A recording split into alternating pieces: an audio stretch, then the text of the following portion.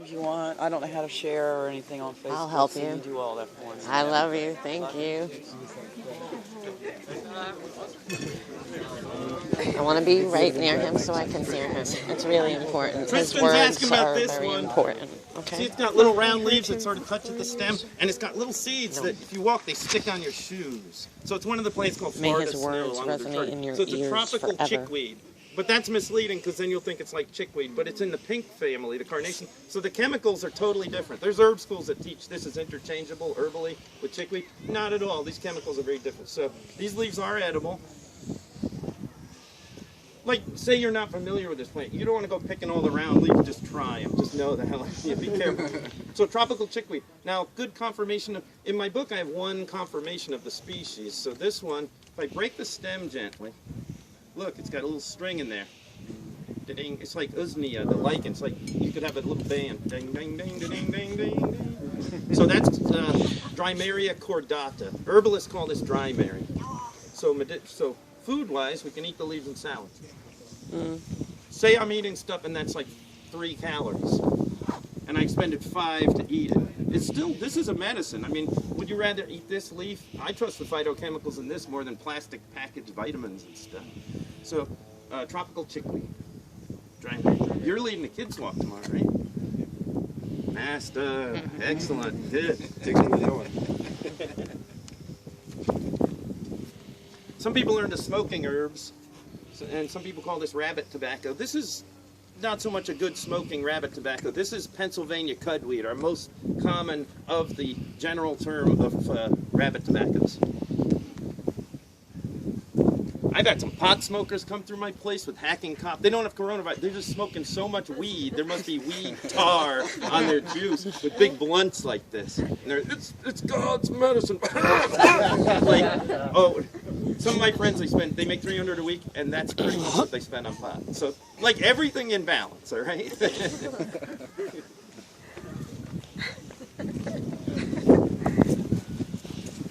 These are really yummy, these flowers. Seems a little processed. Is that native, Andy? Yeah. Looks invasive. This is in the nettle family, but it's not stinging. This is a Puzulzia species, the genus. So you know, there's classification of plants. I gotta think of a new one because I don't like royalty. I'm like into regicide. I'm not it. King Philip came over from Germany Sunday. So the family would be Urticaceae, coming down the classification. This is nettles, but doesn't have. This is a European species. So this is Puzelsbush. And when I go hang out with the Ukrainian old herbalists near Warm Mineral Springs, because I'm real nosy, I'm in people's kitchens making notes, they make their anti-itching salve out of this. Isn't that cool? So Puzulzia, it's hard to see, it's not flowering now. Itching stuff out of a relative of a plant that makes you itch. Like Isn't that interesting? Yeah, I know. It's like Frank Cook, who used to make his hay fever medicine out of ragweed pollen. Like, what? That's great. Makes you strong. Did anybody have a question? Where'd that guy go that you just had? Take a sorry. picture of him. Thanks. When they're not flowering, it's tricky. See, I know seedlings generally, so I should focus on stuff with flowers and fruits. That'd be better for me. I want to see that stuff. There's wild humans out there doing yoga.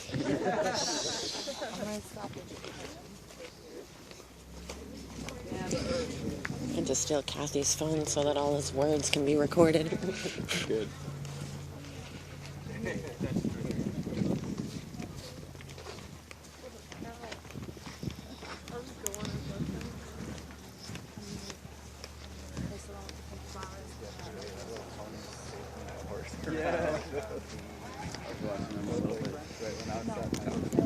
Oh, my heart.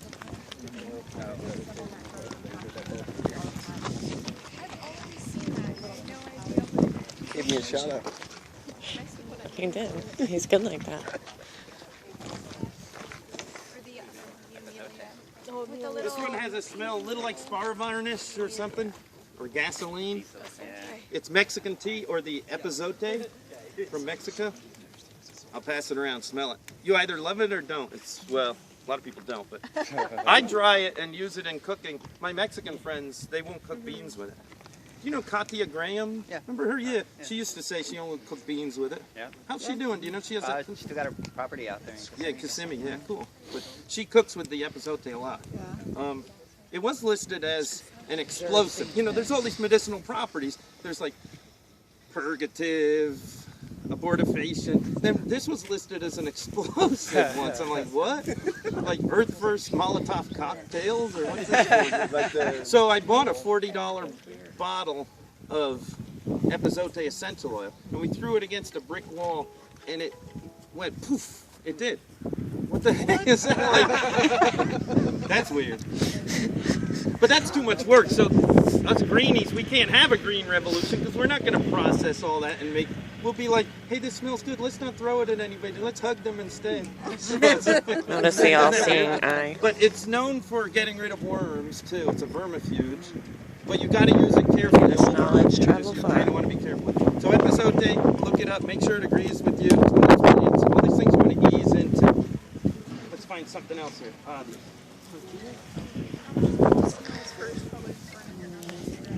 When I do kids walks once a week, the first one I teach them is Biden.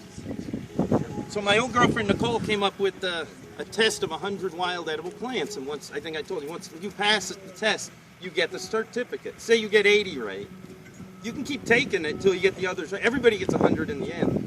But I told you before, 2 kids got 100 the first time off. Rowie and Eli, a 5 and a 7-year-old kid on my walks. They knew all 100 because they've been on my walks and they don't have fear, but they know stuff. They do. Isn't that amazing? So, good luck, adults, again. So the Spanish needles, most of you know this one, very common weed. Square stem, kind of piney and resinousy raw. It can go in salads. Some people, I sort of prefer to steam it or boil it, get some of the bitterness out. I like to boil it and then mix it with wild mushrooms and wild nuts and make a pesto out of it. That's pretty good. So the leaves are edible. The seeds, the little burrs that stick to you, they're called beggar's sticks with 2 little spurs that'll stick to you. If you dry those, that's a styptic powder for cuts. The flowers taste a little like chamomile. They can go in salads. And you can read Stevens Buhner's book on this if you want to get into the medicinal properties, but antiviral, antibacterial, kind of like anosmia, very interesting. And great bee attractant. Bees flock to it. My friends, I've been doing some posts like the problem with Muslims. My Muslim friends are so nice. The problem is they're too nice to me. Like, that's the problem. I'm just goofing because it's a goofy world. So I'd say problem is, so my friend is so nice, right? And there's a food forest that some Muslims are doing in Bradenton, and they leave all the Spanish needles, and there's just 1,000 bees on it all the time. It's really nice to see. They catch butterflies too. There used to be a patch over Yeah. there, and I'd walk by and in the right temperature, Nice. there would just be hundreds of butterflies coming It's so cool, isn't it? It's really cool to have them flying all around. Yeah. All the pollinators love it. To study, it's when you like plants, you can easily get into insects because the symbiotic relationship is so tight. When I'm in the Florida Keys, there's the Geiger tree, and I'm picking the not so good tasting white fruits, and there's the Geiger beetle on the Geiger tree. And who knows the thousands of connections there are? We have no idea, right? Do we know everything? Are we gods, or I don't know. I don't know. You know 100, right? Yeah, a little. I'd like to know 1 trillionth to 1%. No, you couldn't. I don't know if you could do that. Cool. Let's see what else is here.